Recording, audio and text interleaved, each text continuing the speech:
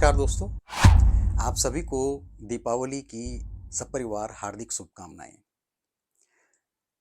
भगवान, ईश्वर, गॉड, खुदा ये सब शब्द समानार्थी हैं और इन सभी का मतलब है कि कोई दिव्य शक्ति, कोई पारलौकिक शक्ति जो सर्वशक्तिमान है जिसने इस सृष्टि को बनाया, जो इस सृष्टि को चलाती है। विभिन्न धर्मों और विश्वासों में लोग विभिन्न नामों से इस शक्ति को पुकारते हैं और उसकी विभिन्न तरीकों से पूजा करते हैं। दुनिया में ज़्यादातर लोग किसी न किसी रूप में भगवान की अवधारणा को मानते हैं। सभी प्राचीन सभ्यताओं, चाहे वो भारतीय सभ्यता हो, ग्रीक, रोमन या मिस्र की सभ्यताएं हों, उनमें हर समस्या या यूं कहें कि हर परेशानी के लिए एक देवता या देवी थी। और ये माना जाता था कि यदि उनके कोप भाजन से बचना है तो उनकी पूजा कुछ विशेष तरीकों से करनी है, जिनसे हर सभ्यता में रिचुअल्स की भरमार हम देख सकते हैं। धीरे धीरे ये सभ्यताओं और धर्मों की पहचान बनते चले गए। बहुत बार बहुत सारे लोगों ने भगवान को और इस संकल्पना को कि कोई सर्वशक्तिमान है जो सृष्टि को और हमारे जीवन को चलाता है, उसको चैलेंज किया। और बहुत बार तो ऐसा करने वालों को हिंसक विरोध का भी सामना करना पड़ा, क्योंकि ये आस्था और विश्वास का विषय है।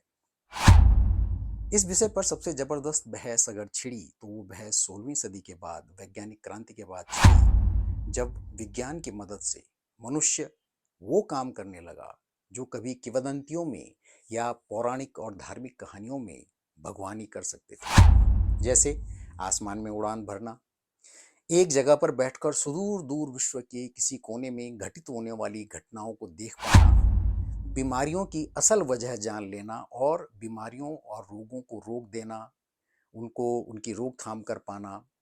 ये कुछ उदाहरण हैं जो आपको विश्व भर में प्रचलित माइथोलॉजिकल किस्सों, कहानियों, किंवदंतियों में मिल जाएंगे, जिनका उपयोग भगवानों द्वारा किया जाता था। यहाँ पर यदि हम देखें तो मनुष्य के विकसित दिमाग की कुछ परिकल्पनाएं थी जो वो करना तो चाहता था पर कर नहीं सकता था। तो उसके कॉग्निटिव ब्रेन ने कुछ कहानियों के जरिए किसी नायक के द्वारा, जो कोई देवता, देवी या भगवान हो सकता है, उनसे करवा दिया। जैसे हम देखते हैं कि पिछली सदी के 80-90 के दशकों में बनी विज्ञान फिल्मों की कल्पनाओं में रची गई कई बातें आज सच हो रही हैं, जो तब एक काल्पनिक कथा का अंश लगती थी। हमारे उन्नत दिमाग में हर समय हमको बचाने और हमारे डरों को भगाने के लिए एक अति विकसित प्रणाली चलती रहती है। ऐसा इसलिए होता है क्योंकि हम प्राणी जगत की एक विकसित स्पीसीज होमोसेपियंस के सदस्य हैं और एनिमल किंगडम में हर प्रजाति अपने डरों को भगाने के लिए अपने करोड़ों सालों की जैव विकास की जर्नी में अर्जित बेहतरीन गुणों को यूज करती है। जैसे कुछ जीवों में रंग बदलने की महारत उनको किसी का शिकार बनने और किसी को अपना शिकार बनाने में मदद करती है, ठीक उसी प्रकार से हमारी स्पीसीज होमोसेपियंस अपने उन्नत दिमाग को, अपने डर को भगाने के लिए उन्नत किस्म के जुगाड़ करती है। इसमें विध्वंसक हथियार हैं, भाईचारे और शांति की बातें भी हैं, मानवता और मानवीय मूल्यों के विचारों से लेकर अनेकों प्रकार के वादों और विवादों के समाधान, जैसे यूएनओ, प्लेनेटरी हेल्थ और वन हेल्थ जैसे कॉन्सेप्ट हैं। तो वहीं पर ये सोच भी है कि यदि कल को पृथ्वी पर रहना मुश्किल होगा तो कहाँ जाएंगे। ये हमारी बायोलॉजिकल सच्चाई है जिसमें हमारी स्पीसीज होमोसेपियंस किसी भी अन्य स्पीसीज की तरह प्रयासरत है। हमारी स्पीसीज इस खेल की चैंपियन इसलिए है क्योंकि उसके पास इवोल्यूशनरी प्रक्रिया का एक नायाब उत्पाद मानवीय दिमाग है। तो भगवान, ईश्वर, खुदा, गॉड की अवधारणा इस मानवीय दिमाग की एक अद्भुत अवधारणा है, जो हमारे बेहतरीन और चतुर दिमाग के चुनौतीपूर्ण प्रश्नों और हमारे अनेकों प्रकार के डरों और भयों को साधने की एक बेहतरीन कोशिश है। क्योंकि हमारे डर और भय भी हमारे विकसित दिमाग की वजह से बहुत ही कॉम्प्लेक्स और कॉम्प्लिकेटेड है, जो ज़्यादातर हमारी कॉग्निटिव सोच की अनंत संभावनाओं के कारण होते हैं।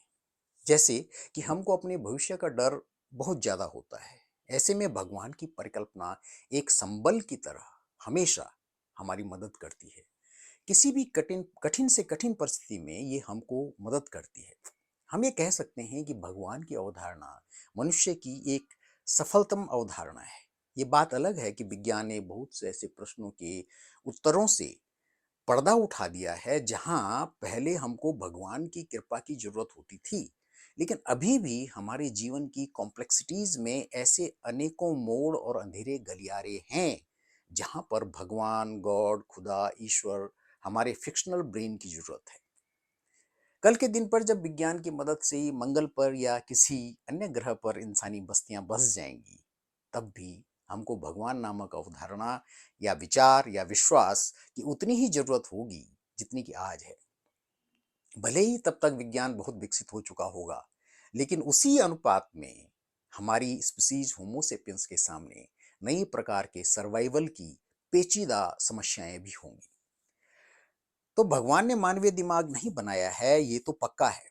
पर मानवीय दिमाग ने भगवान के रूप में हमको एक वरदान तो दिया ही है, जो हमारे अनेकों प्रकार के संकटों में हमारी मदद करता है। आप इसको अपने अपने विश्वास के अनुसार एक वरदान मान सकते हैं।